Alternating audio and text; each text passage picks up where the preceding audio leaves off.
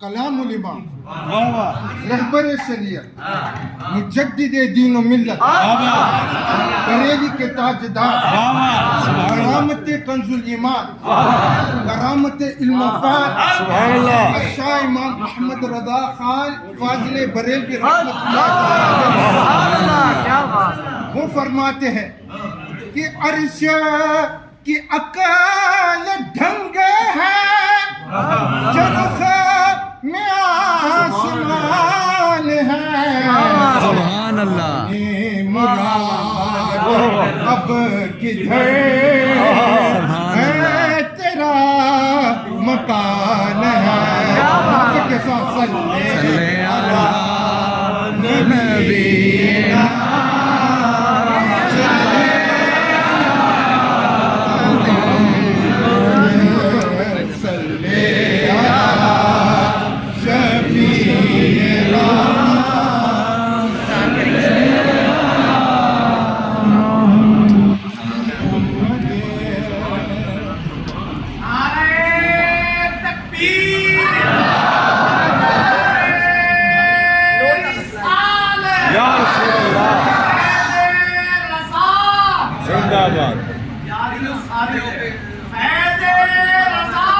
جاری رہے گا.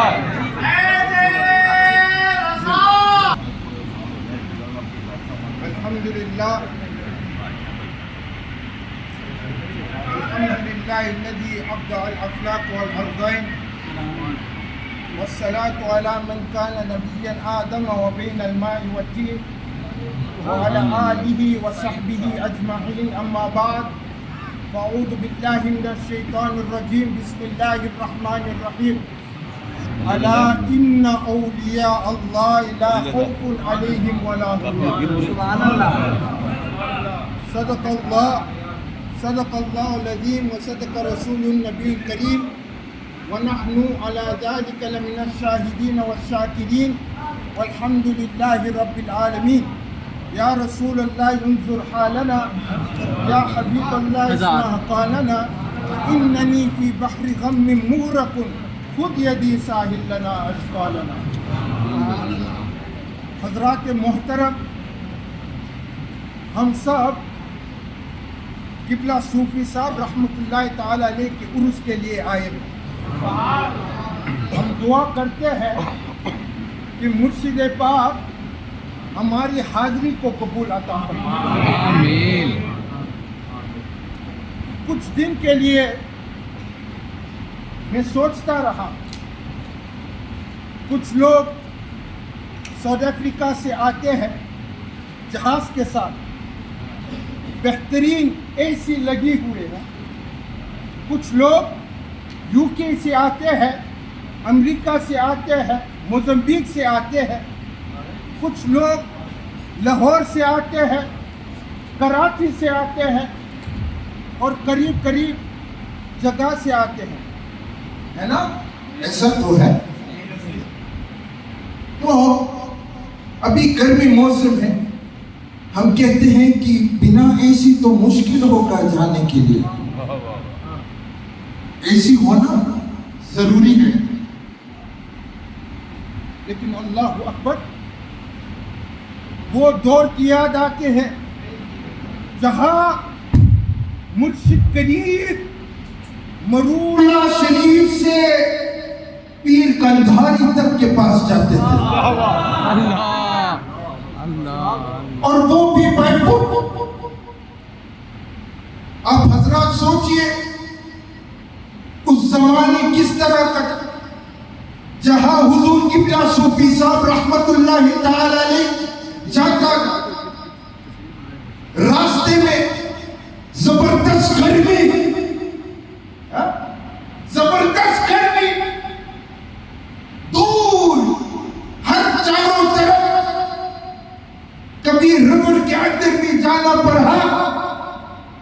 تو میں سوچنے لگا کہ ہم نے کیا کیا کہ ہم صوفی صاحب کے مرید ہیں. سبحان اللہ. ہم نے کیا کیا کہ ہم صوفی صاحب کی مرید ہیں. جتنے حضرات بیٹھا ہوا ہے سب خوش نصیب ہے کہ ہم قبلہ صوفی صاحب کی مریدوں اللہ اکبر اللہ اکبر۔ ایک بات آپ حضرات اپنے عقیدہ کو مضبوط رکھو، اپنے عقیدہ کو مضبوط رکھو۔ اعلیٰ حضرت فرماتے ہیں کہ نماز کچھ نہیں ہے، صرف ایک ایکسرسائز ہے اگر عقیدہ صحیح نہیں ہے۔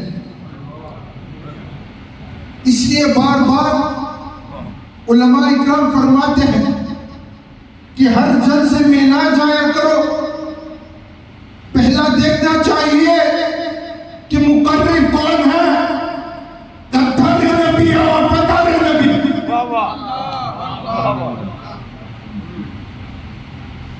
ہم کہیں پر جاتے ہیں، نماز کسی کے پیچھے ہم پڑھ لیتے، کوئی بات نہیں، نماز تو ہے، نماز تو ہے۔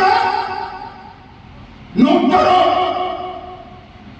اگر تلوار کسی ظالم کے ہاتھ میں ہو، لعنت، اگر تلوار ابو جہل کے ہاتھ میں ہو، لعنت، یزیدیوں کے ہاتھ میں